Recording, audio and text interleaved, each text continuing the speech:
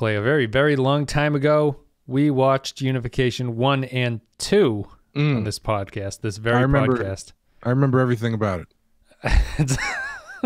Did you remember that Spock was in that episode? We hated Unification 1 and 2. It's a real, we revisited Relics the other day for Patreon listeners, where we went back and we rewatched the podcast. You did not see it the first time.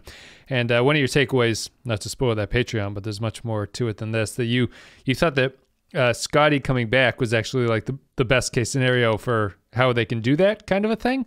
Spock has a much bigger storyline that is not nearly as well executed. And it's a little bit weird and sad that that's the last time you see Spock in the timeline up to Discovery, which is a prequel. So it's the last known thing that you know about Spock is that he went off to Romulus. Yeah, unless you count when he flies back in time.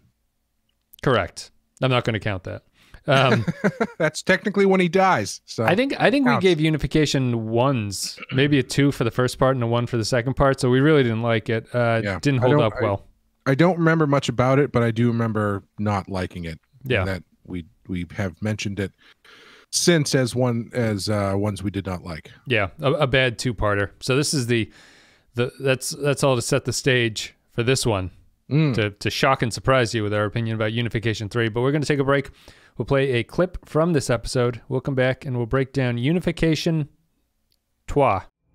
And technically a citizen of Navarre. Ultimately, you are within your rights. But I'm sure you are aware that a classic tactic during Takolinket is to ruthlessly assail the credibility of the challenger. I am aware. If you are not proved to be credible, it will be known forever that Spock is to return to us a dissembler.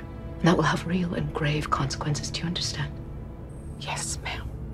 Unification Part 3 is the 7th episode of the 3rd season of Star Trek Discovery. It came out on November 26, 2020.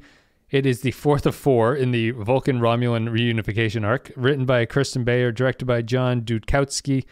In-universe date is 3189. In this episode, while grappling with the fallout of her recent actions and what her future might hold, Burnham agrees to represent the Federation in an intense debate about the release of politically sensitive, but highly valuable, burn data. Is that like, did you get that from my fitness app? The burn data it sounds like something you have to log into with your phone to get down. Yeah, a little bit of like it's your Apple Watch's cardio app would be called the Burn.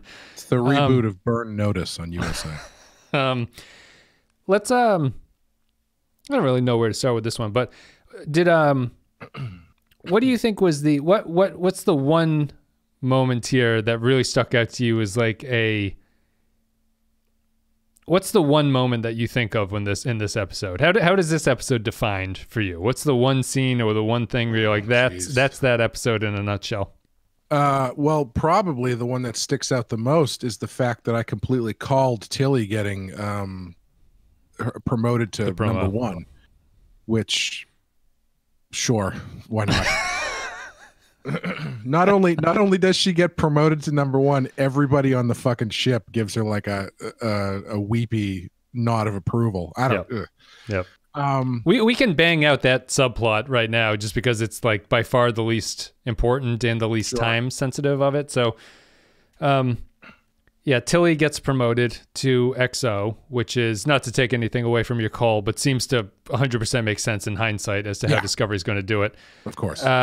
She has a little bit of doubt about it, and then she tells Stamets about it, and Stamets raises his eyebrows at her and then puts them back down and says, well, I guess I have to accept you. And so everyone gets off duty and stands in the engine room and applauds and cries for her.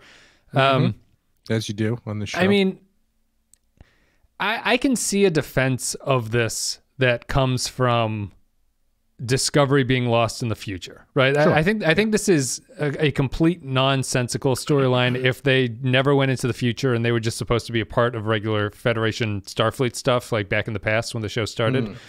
If that was the case, then it's really a case of like, well, why do they have rank? Like, surely someone must have some experience that surpasses her, and like that, like Saru's judgment has to be called into question about why he's bringing up someone who hasn't even completed her 101 training course, I guess, as she mentions in this, and what the fuck, like.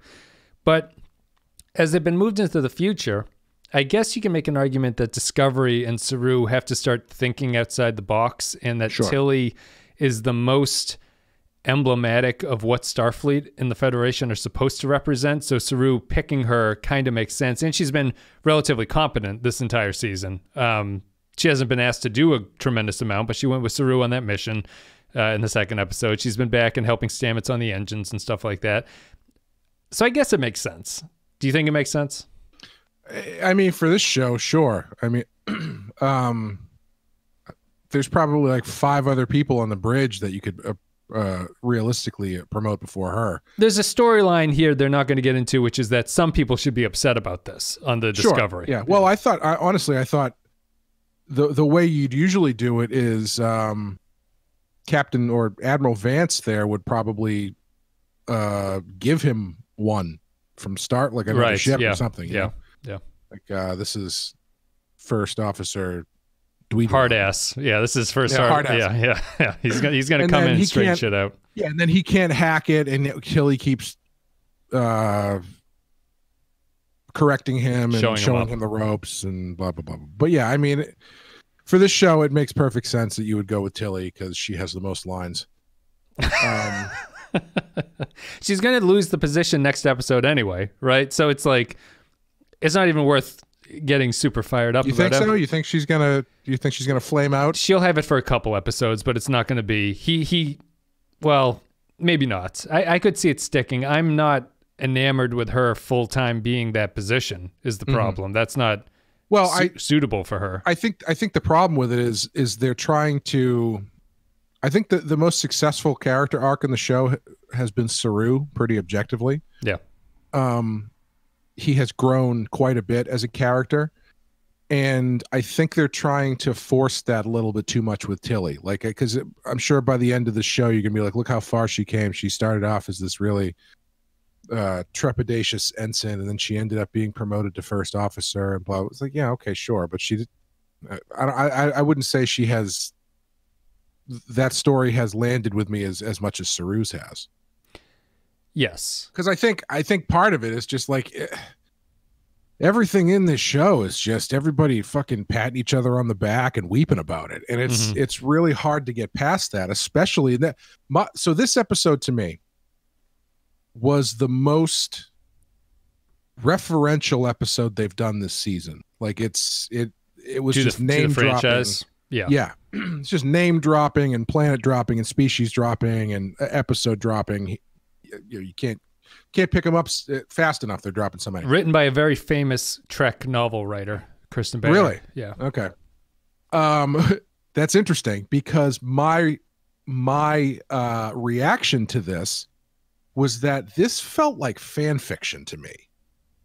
It felt like someone who's jumping in to the Star Trek Discovery universe and doing a lot of fun stuff that they'd like to see. And I hate saying that. I hate saying that about official shows or movies based on a franchise because ultimately it's all fan fiction. But this had a particular feel of fan fiction to me because of how referential it was and how they were trying to squeeze everything in. And it doesn't help that Burnham was like dialed up to 11 in this episode as far as not making any sense for the character she's supposed to be playing. Let's stop this trial in the middle of the trial so we can have a therapy session with your mother. Like I kept Burnham's mother reappearance. I kept waiting that whole section where she's like head shrinking her about where she stands as a Starfleet member. I kept waiting for them to cut to someone in the audience that just goes, what the fuck is going on?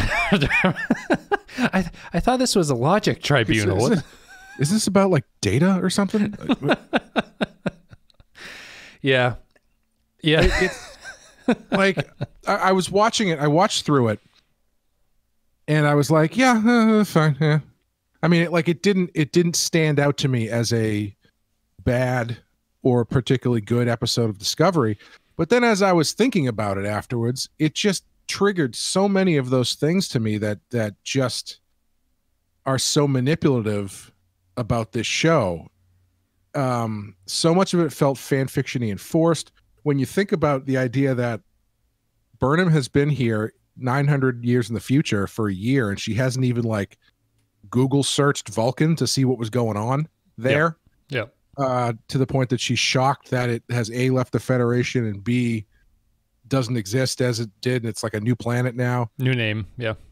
And then, but like at the same time, they're also playing up her Vulcan heritage again for the sake of this episode, which now I think is never coming up again, because I know I'm kind of this is it. It's done. I can tell you why, because I know I'm kind of going all over the place here, but during that sequence, they effectively write it out of her character, because her mom says,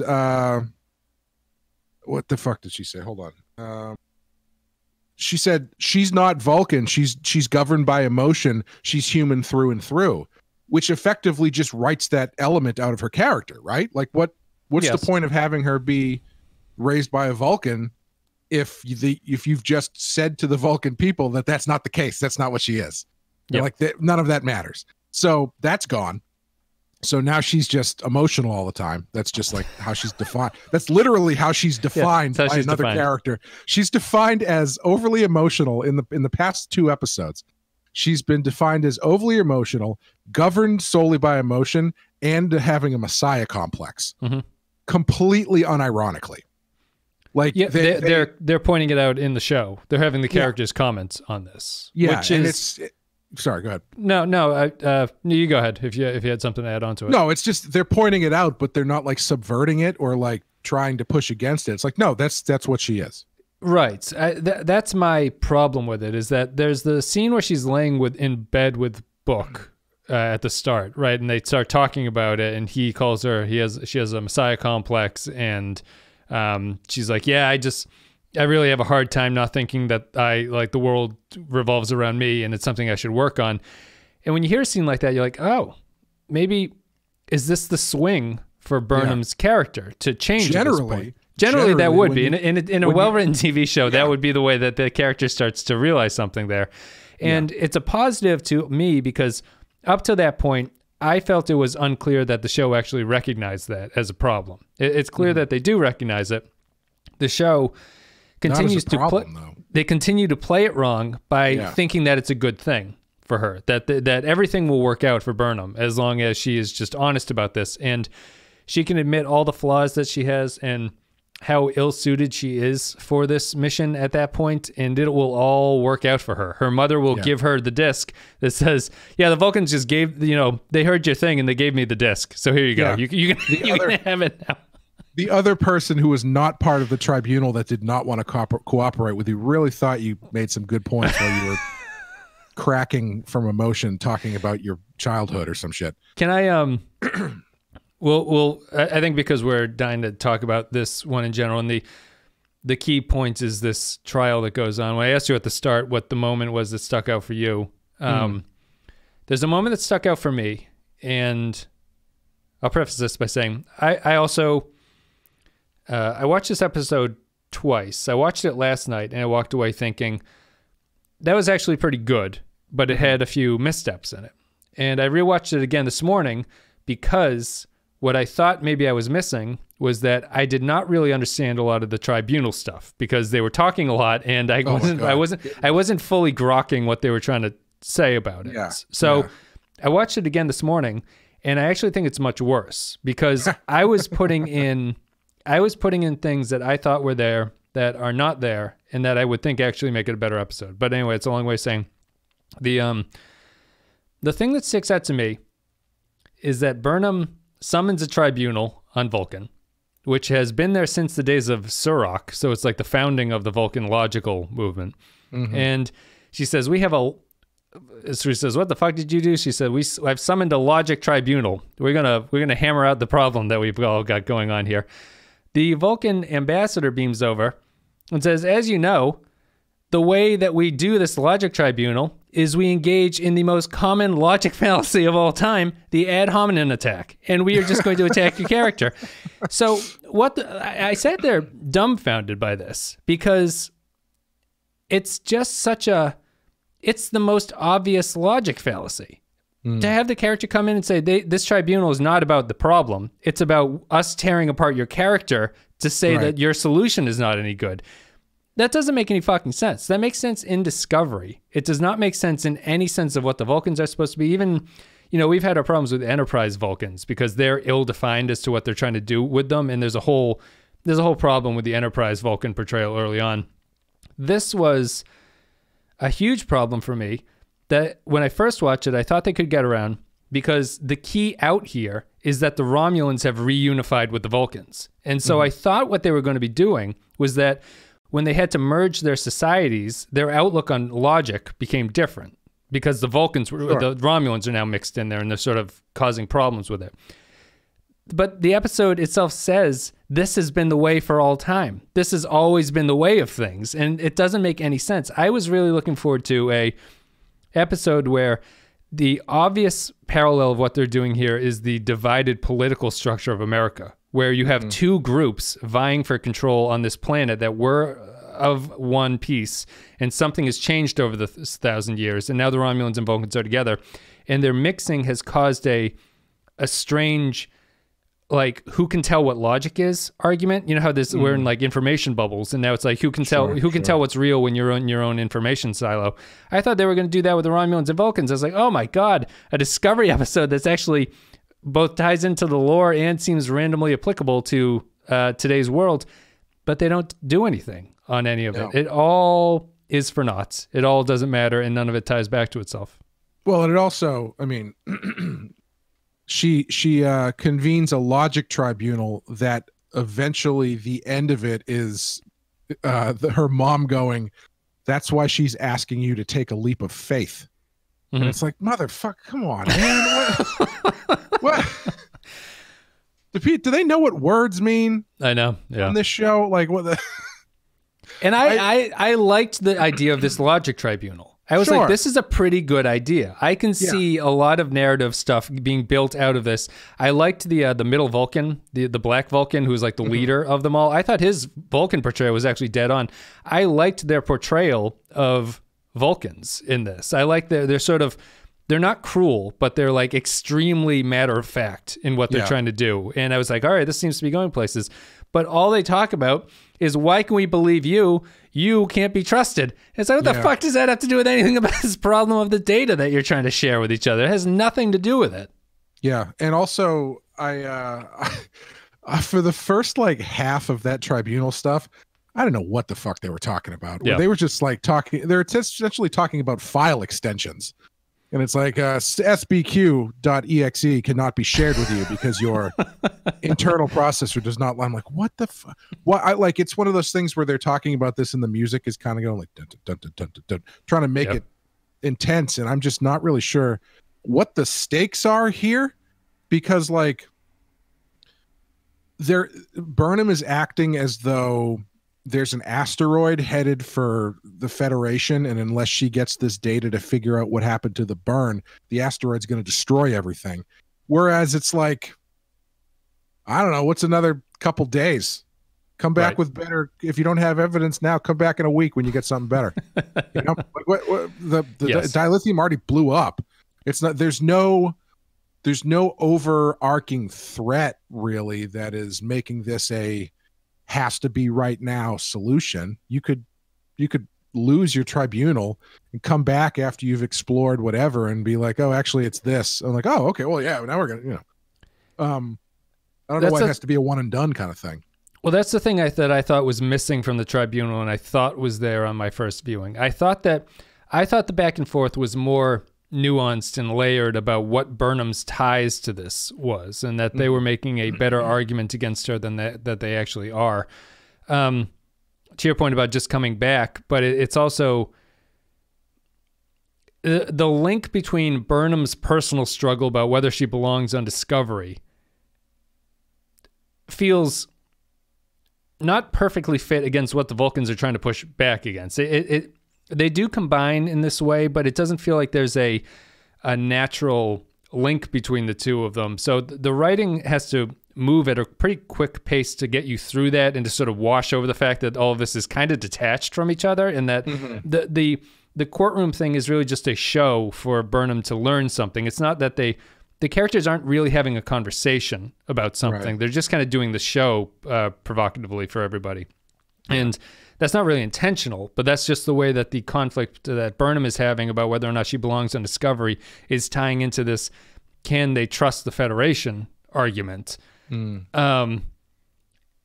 And that really, it leaves you just wanting more out of that scene and sequence and stuff like that. And I was really just disappointed with, like, I love the idea of her finally running into Vulcans who put her through her paces about this stuff. It's just so poorly executed that it doesn't matter towards the end of it. It's sad. This is not a direct one-to-one comparison for a lot of reasons, but the tribunal scene where she's breaking down kind of reminded me of the Brett Kavanaugh Supreme Court hearings. Sure. Where it's like, regardless of where you fall on whether or not he did what he's being accused of, by the time you get to the end of that, I feel like your response should have been like, well, this guy is clearly way over emotional and is not fit for this role at all. That's kind of the pro argument for that, right? Like, you can argue that it was unfair to bring up stuff like that. The counter to it is, you want your Supreme Court justice to not crack like that. Yeah, you want him to be like, I don't give a fuck about your horrible argument. If the end game from that is your Supreme Court nominee basically screaming like a supervillain, like people are gonna regret doing this, you don't hire that guy. Right. That's the argument. Yeah. And it's the kind of the same thing where it's like, this is a logic tribunal and she's having a nervous breakdown, and I'd be like, well, not being very logical about any of this stuff here. And that's what I wanted, the direction. But the Vulcans themselves are committing fallacies in trying to, they're like, oh, right. You think that you can cure the burn? Well, I think you're a poopy head. What do you think about that? And she goes, well, that makes me kind of mad. Well, He's like, well, then how can we do anything?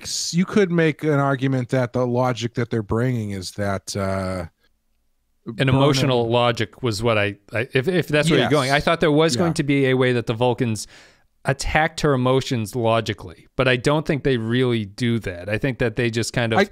I think their argument is kind of like, you've made some... you did this, you've made kind of a rash decision here to get something that you want, which you have done in the past, and it has never worked out well for you. Correct. So which is not an illogical argument to be like, listen, you've done stuff like this before in the past. It started a war with the Klingons. It brought Space Hitler back from the Mirror Universe and X, Y, and Z. So why should we give you our shit? But I don't know if that's exactly... It's a straw man argument, though. They're either committing a straw man where they're not debating what the merits of actually giving them the data are, or they're just attacking her character, which is another logic fallacy. It's just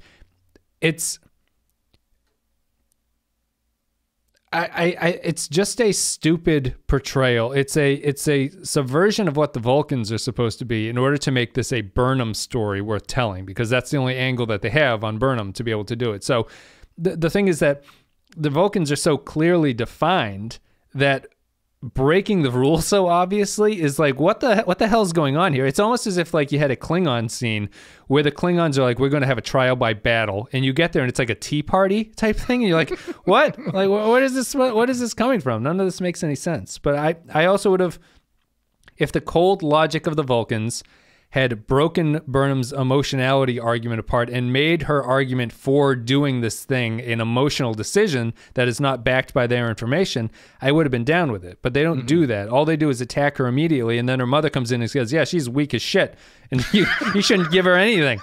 And then they're like, well, your honesty is pretty laudatory, so I guess we'll give you the CD-ROM that we've got about all this information anyway. In the interest of absolute candor, I didn't leave because I had to. I left because she sucks. Okay, crying all the time.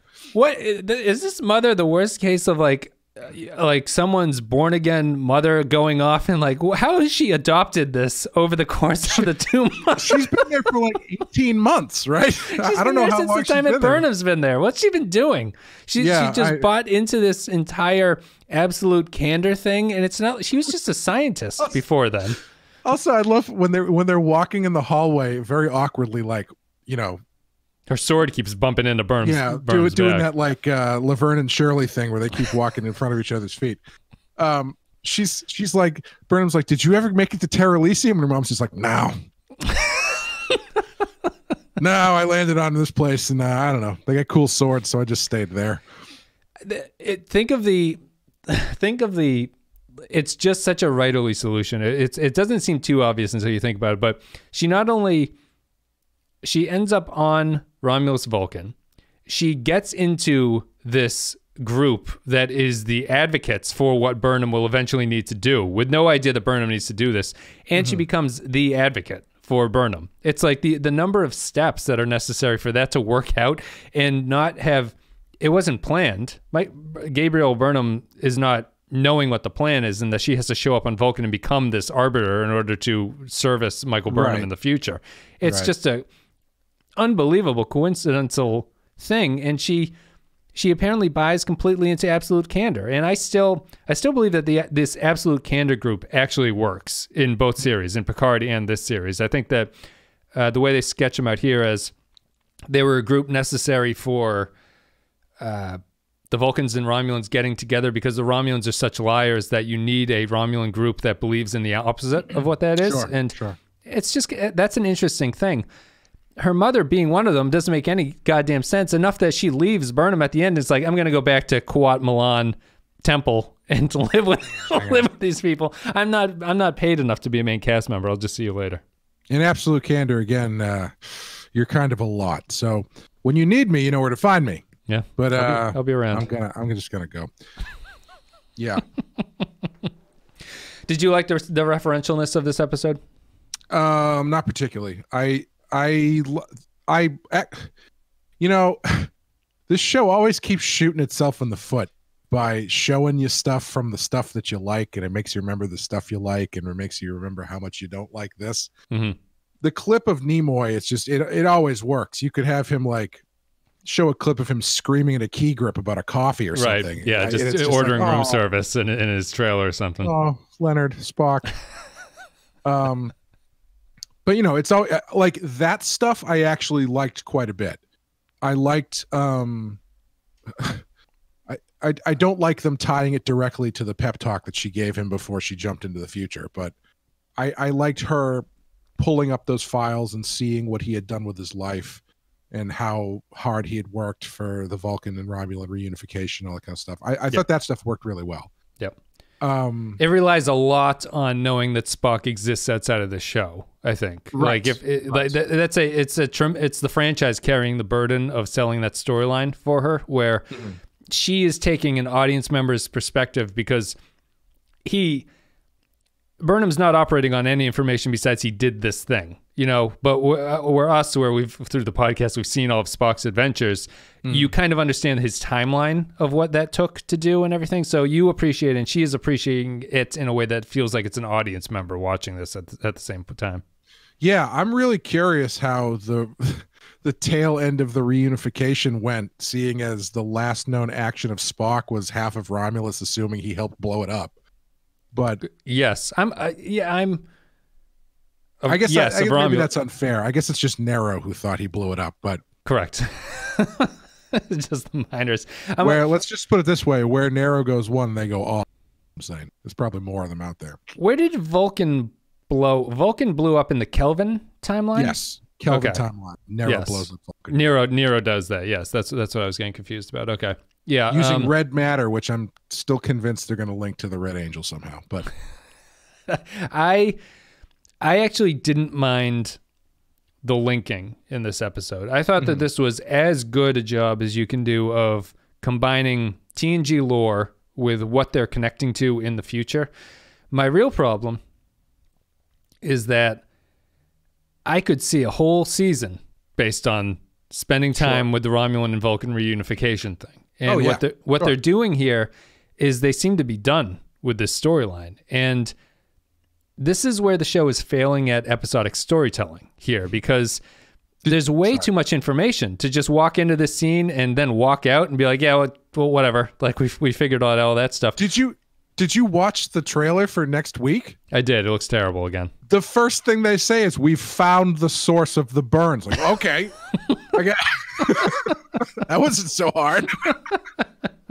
Okay, give them credit. It happens at the end of the episode, probably. Yeah, but yeah, it's just like they truck through so much stuff so quickly. I think there's a whole bunch of stuff that you can dig out of this where two societies that used to be one split apart and now they're coming back together and they have very opposite views of how they're supposed to live in this world. And you get a taste of it here where there's the judges or the Romulan Vulcan arbiters have a lot of interesting lines where the full Romulan one accuses the half-breed, half Vulcan, half Romulan of you're always in the middle and you never take a stand on anything. There's all this like interpersonal dynamic stuff. I'm like, this is fascinating. This would be interesting if they spent 4 episodes on this new Vulcan planet and how the Vulcan society is trying to reconcile with the Romulan emotionality and the fact that they lie about everything and that they were a culture that's built around subversion and subterfuge and living in darkness and the shadows, and the Vulcan society is open. How are they going to try to cancel that out? And it's just too short. And the stuff that they do focus on is just in service of Burnham having her emotional epiphany during this trial, and then it shunts off everybody that like the planets of the Vulcans and the Romulans that I would assume Star Trek fans are actually more interested in than Michael Burnham's continuing adventures at this point. Yeah. Yeah, I don't really know, and I don't mean this in a good way, where this season's going. Because of everything you're talking about, where it's like things happen and then they're just done and then they just get pushed to the side. I think we've only got like 4 episodes left. Is that right? 5? Maybe 5, I would think. What are we on? What is this? This is 7. There's 13. Maybe we have 7 more, 6 or 7 more. Oh, okay. All right. So we're about well, okay. Even better. We're halfway through the season. What the hell's going on? Yeah. You know, everything that they've put out there except for the fucking leader of the Andorian whatever slave group. Cyrus or whatever, Sarissa or something. Osira, some shit. Osira, yeah. That's like the only overarching thing, and even that's like not really a threat. It's not like they've been dealing with that. They just keep hearing about it. Yeah. You know, at the halfway point of your story, you should have something larger happening, and as of yet, they do not. It's just this burn. It's just the mystery of why is the mystery of the burn not good enough for you? Because I haven't really seen how it affects anything. Honestly, it's like they tell us all about it. Sure, yeah, all right, there's no more ships, no more Federation, but whatever. But like, you don't really see the results of that so much. And I mean, I'm sure people are screaming, well, what about the slave camps, and what about the fact that the Vulcans and Romulans left the Federation and whatever? But it's like, how is that? My problem. Really... Sorry. Yeah. The problem there is that if that's the thing, and that resurrecting the Federation will fix this, solving the burn doesn't fix that, because it doesn't invent a new technology that allows the Federation to come around. They should. Yeah. The burn is irrelevant. What Burnham should be doing is trying to figure out a new way to fake dilithium, to make dilithium, and so that you can, like artificial dilithium. How is it that we're 7 episodes into them being in the future, and neither the Federation nor the Vulcans, who are working on an alternative fuel source, say, can we make more of those Discovery ships? Like, it's been 1,000 years. Can we figure this out? Like that. They can reverse engineer this thing. The 12-year-old kid rebuilt the fucking interface in like a half an episode. Can we figure out how to make like a fleet of these mycelial network ships, or what? Their lack of interest in the spore drive beyond just a cursory like, how did you get here so fast, is extremely interesting. They just don't care. Like, when they get to Vulcan or Nivar. Yeah. When they get to Nivar, the president there is like, I see how your ship works. That's pretty cool, but I don't want to know anything else about it. Don't make it shoot you. It's so interesting to me to have a show with so much going on, so many elements, so many characters, and they just don't do anything with any of them. Like, they're just there.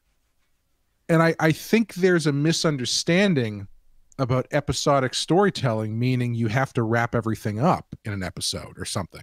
I think their target is wrong. What they like to do on this show is they like to have the episodic moments be these big, important things that are far too big for a single episode. So they don't focus on the character of the story. They focus on sort of like the plot that is outside of that character. And this one, it's meeting the Nivar and the new Vulcan Romulan alliance. And you go, that's a huge event. That is like, that's like a movie, basically, that plot about what you're doing there. And they shut it off after one episode, and it's not... The better way to do the episodic thing is that this is the background for something that happens to Burnham while she goes there, which this kind of is, but Burnham's story is not interesting enough. And they do it in the other episodes where like Nan is the one that disappears on that seed ship or whatever. Right. The focus is more on I totally forgot about that. The event of those things, of those things happening, and it doesn't focus on Nan getting there. And so when Nan gets there and decides to stay, it only kind of makes sense because the episode hasn't really given her the breadth of storytelling that needs to sell that character staying behind. You can kind of draw conclusions in your head and say, well, I guess it makes sense. She wants to see her people and go back and all that stuff. But the older episodic stories and the older series would focus more on the character of the story as opposed to the events that are surrounding that character at the time of the filming, for lack of a better word. Like you were saying, they've mentioned that Burnham is overly emotional, and this one they literally call out that she has a messiah complex, and she's like, yeah, what are you gonna do? And but they never, like in a different show, in an earlier Star Trek show, not to pull that card again, but that then becomes like the crux of the story, right? Where she gets put into this position as she is, where she leans into her over emotionality and her messiah complex because everything always seems to work out for her, but this time it doesn't. Mm-hmm. And how does she learn about herself, or how does she change the character? Because she's been presented with a challenge to the way that she is, which she doesn't get in this. Right. Well, and it seems built in. The Romulan Vulcan conflict is what you would assume to be the human heart versus the Vulcan head conflict that Burnham should be going through at this point. Right. And in a Burnham focused episode, she would go there, and the lessons that the Vulcans and the Romulans have learned from their time of growing up together, it might have changed the society. Things might be different for them, but they show Burnham something that is like mentally a part of her too. It's not just this realization that there's this problem. There's a kind of solution here, or there's a better possible outlook than just being this mopey person who's like, I'm going to quit. I'm going to quit. Nobody likes me. I'm going to quit. And they don't do that. So instead they just have a problem on the Vulcan side, a problem on the Burnham side. And then there's this lazy linking of the two things that then sends Burnham off to next week's adventure. Yeah, like they say she's over emotional, and they say that she thinks the world revolves around her, and then they put her into a situation where Vance goes, tell him Michael Burnham's coming to town, motherfuckers. Yeah. And then the tribunal, instead of saying, you realize that this does not all revolve around you, they basically double down on it for her and be like, all of this revolves around you, which is why we're not going to give you this stuff. And she doesn't get out of it by taking a different tack or anything. She gets out of it by getting extra emotional. Yeah. And quitting. It's like quitting the tribunal. Yeah. It's like there's a Superman comic from years ago that was very highly regarded, where he battles Brainiac. It's a more modern, artwork is amazing. I recommend it. But I was really looking forward to reading it, and I read it, and it's like, okay, you got Brainiac and you got Superman. Brainiac is like, he's a cyborg alien thing, but he's very, very smart. Superman, also very, very smart, but he's also Superman. And so they get to this point where Brainiac has physically beaten Superman. He's got him like pinned down or whatever on the ship, and he's talking about how he's going to turn Metropolis into a bottle city or some shit. And I'm reading this going, so Superman has to win this by outthinking Brainiac. He's done all the punching. I don't want him to just like steal himself and punch harder. He needs to win by outthinking Brainiac. But in the comic, what happens is Superman goes, ugh, and then he just starts punching harder, and he punches his way out. I'm like, what are you doing? Every hero becomes the Hulk.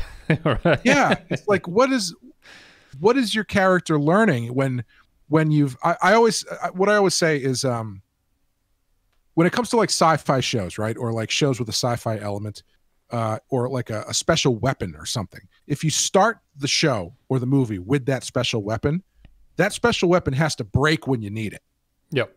So like the sequel to Independence Day, and I'm really going off the track on this one. The sequel to Independence Day, they start the movie with upgraded alien tech weapons, so they're ready to fight the aliens when the aliens return. Aliens eventually return. What do? They use their alien tech to fight the aliens, and that's just it. Yep. What's supposed to happen is your overconfidence in your alien tech weapon is supposed to be shattered when your alien tech weapon doesn't work. So then you have to go back to a different way that is like, that's when you dust off the World War II fighter jets or some shit. That would have been awful. I wish they had done that. It would have been a great movie. They can't lock. But you know what I mean? Yeah. It's like you have that element that you are putting forth as the thing you're putting your faith in. And then that doesn't work. So now you have to rethink, and your character has to find another way to do it. It's what they failed to do. It's what they failed to do last episode with Georgiou. When Georgiou had that stroke and she couldn't push the button on the little remote, you go, oh, no. Like, that's a moment of dramatic terror. But this show just has Georgiou wake up and push the button. There's no... It's just playing at this thing where there should be some kind of conflict, or you escalate the action, and the show is not interested. Speaking of Georgiou, you've got it. Saru has just given Tilly the first officer commission, right? Mm-hmm. How the fuck? And Tilly spends like half an episode going, ugh, I don't know. It's kind of awkward. And then ultimately going, yeah, I'll take it, while everybody cries and says how great she is. How do you not have Georgiou slide in from the side and be like, you're really bad for this job? And yeah, it's actually pretty embarrassing that Saru picked you. He must have some really terrible options laid out. Yeah, of all the people on the ship, he picked you. Like, how is she not? Like, what is she there for if she's not doing? Are you fucking Saru? Is that what? Yeah. Did you? Speaking of sexual tension between, did you see the way that Saru and the Vulcan lady were kind of talking to each other at the end there? That was a little. It's spicy for a Vulcan take. Yeah, it's pretty erotic. She was showing her figurative Vulcan ankles in those scenes. But you know what I mean, though? It's like, instead with the Tilly story, it's like, okay, now she's the first officer. I guess that's over. Everybody seems to be behind her, whereas that should be the jumping off point for like more stories with that as an element. Yes. Instead, it's just 5 minutes of her going, ugh, and then everybody clapping for her and saying, I, or whatever the hell they said. Honestly, she doesn't really even have a conflict about it. It's like there's no rising action there. She's just like, oh, geez, let me think about it. And then it's the scene later. She's like, yeah, I'll take the job. I'll do that. It's about as tense as if you got a job working with your significant other's ex or something. Mm-hmm. It's like, ugh, I don't know. This might be kind of weird. That's more money. I may as well take it. I don't know him. I don't really. We're not really in the same division, so I'm never really going to see this person. So what's the big deal? Yeah. No. I'm not sure. But it's weird. It's really, this show is really interesting to me because like I was saying, I watched it through the first time and I didn't go like, oh, that was good, but I didn't. It seemed like a perfectly serviceable episode of the show. Until I took a step, that didn't seem like there was a lot wrong with it. Until I took a step back and started thinking about it, and I was like, yeah, man, this is just such a surface level show. Like, everything is so shallow. Everything it doesn't matter how many times people cry about stuff, it's not going to make it have any more meaning. Yeah. No, that's the and that was probably my problem with the tribunal thing. I was like, there must be meaning layered underneath all of this back and forth. And then I rewatched it. I was like, oh, there's actually not really. They're not talking about anything. There's a substance there about like, we can't trust you, Michael Burnham, because you are not being honest and because you betrayed people in the past. But it's divorced from what the Vulcans should be concerned about, which is this threat that if they give away this information, it's probably just founded on that. Like it's built around the Vulcan fear of giving that away is because they feel bad that the Federation made them do the experiments in the first place. And it's not even what went wrong? Are we told what went wrong with their experiments? No, because they claim to know that the burn was caused because of the things that they were doing there. Okay, so they assume that someone like turned the machine on and that caused the burn to happen. I don't understand. Something about the new mode of travel they were developing caused it to happen. They don't say what. It's apparently on that file. Yeah, but they don't say what it is. And she's like, no, it wasn't that. And they're like, oh, I mean, all right. Yeah, it's I don't feel that's maybe not enough strong enough reason or something to link those two, but whatever. It's over for now. It's like if you were working on an electric car and then all of a sudden every car in the country exploded. Well, it would be more like yes, or like what would it be like? You bought a new PlayStation. Right? Mm-hmm. And you had it, and you was in your house. Don't rub it in, Wes.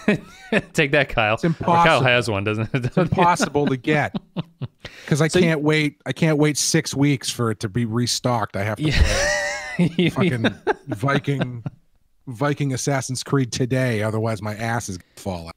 So you buy the machine, and it's at home, and you're going to turn it on when you get back from work, and then in the meantime, everything blows. There's no connection between, they didn't turn the machine on and boom, everything blew up. You know what I mean? Like there's no, as far as I can tell, there's no, one ship went through the thing and it definitely caused the burn. They're just like, we were working on technology. Something terrible happened. It must be linked to this thing that we were working on. There's no, that's the scene. That's how that information is exposed through the tribunal. The Vulcans exposed something about the logic and the science that they were working on has some kind of immediately obvious direct impact on what the burn could possibly be. And it's just not there. They just seem to be coincidentally linking things. So years ago, you remember Dave Thomas from Wendy's? Yeah, Wendy's. Do I? So Dave Thomas died, unfortunately, years ago. And the day after he died, I was hanging out with our friend Dave, who's on the Star Wars podcast. And he just had this like really solemn look on his face, and I was like, "What's the matter?" And he goes, yesterday I was talking about how much I fucking hate Dave Thomas. I hate those Wendy's commercials, and I said I wish he was dead. And then the next day he was dead, and I just can't help but feel responsible. I feel like it's like that, where it's like they turned a light switch on, and then an atomic bomb went off across the galaxy, and they were like, "What?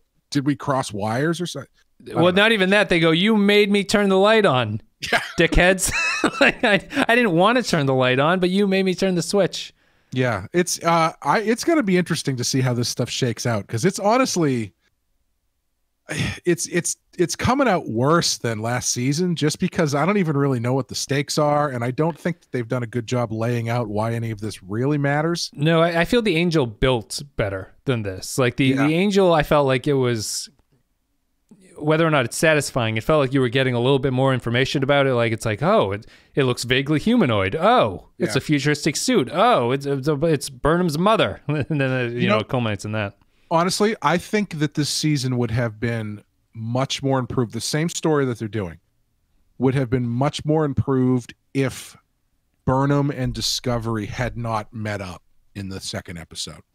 If you had them go in their separate ways, like Empire Strikes Back kind of style, where Burnham is searching for the cure to the burn or whatever cause of the burn, and Discovery's doing the Starfleet stuff. Yeah. And then eventually they come back, and then you get all of that reconciliation and Burnham not really knowing where she is in the world. Where she's, it makes sense. Yeah.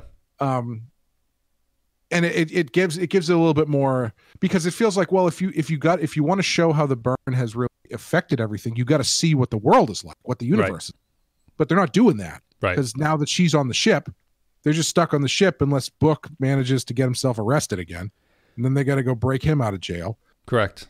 So you're not really seeing a lot of the world, which would go a long way to building the story you're trying to tell. And it would emphasize this, if when she gets back and there's a problem about whether or not she'll fit in, you can at least add a little bit of characterization there, where she doesn't just feel like this has always been the Burnham decision. Like she doesn't seem like that different of a character to me. The show claims that something happened over this month or a couple year, whatever it is, that she every was time away. we talk about it, it's less time. I think. She was only gone for like 8 weeks, and all of a sudden she's got long hair. This 3-day weekend that she took away from Discovery seems to have changed her life, but she's just fundamentally Michael Burnham of the pilot that they call back here. It's like it's a character who disagrees with her superior and constantly undermines them to cause her desired outcome to be the one that actually happens. So yeah, and they call it out here. She's the one that launches into the thing with the Vulcans, and Saru doesn't have an opinion about that. He's just like, what the fuck did you sign us up for? Like, what's going on here? Mm-hmm.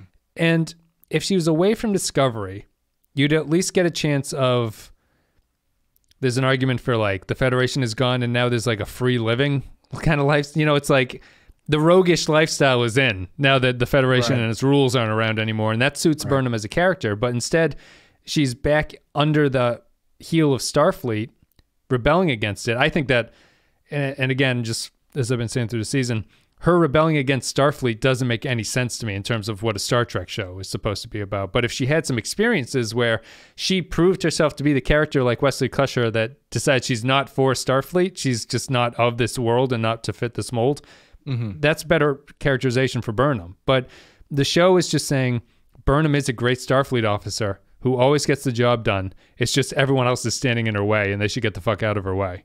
Yeah, I think Burnham has changed the least out of everybody on the show. Yeah, over probably 3 seasons. Everybody else has forced or organically changed quite a bit. But Burnham is just the same character she's been since the first episode. Yeah. And I think that's why the late lunch from Starfleet she took, getting there early, stands out that much more when she like shows back up and she's got long hair and she's like, I don't know, I'm just not part of this system anymore. I don't feel like it. It just feels so false because like she's not doing anything different. It's not right. No, you need a character like Picard or something. So someone who is like has been the face of that for a long time, and then it is in this world where it's missing. And then there's this character conflict about like, do I need it if I'm happy without it? Like it was fine back in that time of my life where I needed that structure or whatever, but this new world, I can find my own way without that sort of thing, and whether or not it's necessary. And the other characters can determine if they think it's necessary. But yeah, I think this show's not interested in that really about whether or not the Federation matters. The Federation does matter to the show. I was just going to say, I think this show is in desperate need of the Federation coming out on top over Burnham's decision at some point, because otherwise it's just, she talks a big game about the Federation mattering, but she doesn't like the Federation. All she does is just go be a pirate. Yeah. And it's like, that's fine. That's fine if that's what you're doing with her. But I think they need the pendulum you need the other side of the coin too. Yeah. You need to see why the Federation matters and why it can't just be Burnham pulling the old number 6 with Book and then cutting to them having everybody tied up behind the van or something. Saru's outlook needs to trump Burnham's ideas at some point in the same plot. Like Saru needs to tell her, no, we're going to do it my way. And it becomes out with a better outlook because we'll just go with this. His storyline here is very pleasant and very Star Trek-y, but he doesn't really do much in it. He just kind of chats with the lady for a little bit and it's like, it's nice to be here on Vulcan. And maybe we'll be friends in the future and stuff like that. And I like what they're going at there. And I like that Saru doesn't really push on it. And he reflects the Federation in this kind of like easygoing nature, like we'll be around whenever you're ready for this relationship to get serious. But it's not, he doesn't have a very big conflict. He just has to talk to the Vulcan nicely for a little bit, and that's his entire storyline. It's he almost acts like the parent who just drove their kid to drama class or something, and now he's talking to one of the other parents, and he's like, she seems to really like it. I don't really understand it. Where are you from? Oh, Oh yeah, my sister lived there for a little bit. Well, it's beautiful. Yeah, it's great. Yes. No, yeah. Okay, well, we'll see you next week. You work in insurance. What exactly do you do? Yeah. What do you do What exactly do you do? Briefly summarize, please. But yeah, I actually like this. I did like those scenes though. Those felt very Star Trekky to me. The scenes with the and the Vulcan president. I guess that's it. Let's call it a day there. Thank you very much for listening, guys. You can support the show at patreon.com/thepensky-file if you're so interested. A couple $1 a month gets you extra stuff, extra podcasts. We did we did Inception this month, and we have a DS9 revisit coming out. Mm-hmm. And as always, you can go there and vote on polls and things about what we're going to cover. It's patreon.com/thepensky-file. Our Captain Tier supporters get a special thank you. Special thank you goes to Christian Pouch, Tark Latif, Chris Tinsley, Mike Burnett, Sean Cardinal Doomsday, Joint Mango, Matt Cutler, Ben Douglas, Kyle Barrett, Samuel Custer, Nick Sergi, Bradley Killens, Matt Ross, Maroon Bendler, Nathan Elliott, Eric Johnson, Andrew Cholog, Grim Santo, Poindexter G, Dwayne Hackett, Paul Roscoe, Jordan Cooper, Derek Zajac, Kevin Reyes, Vault 13 Hero, Stefan Minton, Nick the Rat, Darth Mosk, AJ28, Mad Courier 6, Jacob 123, Mike Harris, Cheeky's Gamer, Patrick Seba, Captain Brazen, Kevin Larry, Eric Santuan, Corey Martin, William Scheisler, Zane Major, Soylent Blue, and Groppler John Zorn. Thank you very much for supporting the show. Glad you have anything you want to say. Yeah, we had a new picture show come out this week. We talked about 2017's It adaptation, which was a lot of fun. And next week we've got new Badass. We're coming up at the end of season 3. We've got Riddler's Reform and Second Chance, which are 2 episodes that are kind of play into the unofficial theme of season 3 of Batman the Animated Series, which seems to be villain episodes where they try to go straight, and then whether sincerely or otherwise. Mm-hmm. How that ends up shaking out. And then they get pulled back in. The allure of the shiny dollar. You can check out thepenskyfile.com for those shows. Otherwise, subscribe on YouTube or iTunes or whatever you listen to podcasts on. Pocket Cast, perhaps. That's it. We'll be back with The Sanctuary for Discovery. Enterprise continues as normal. Hope everyone had a good Thanksgiving. And I guess we'll see you in a couple days. See ya.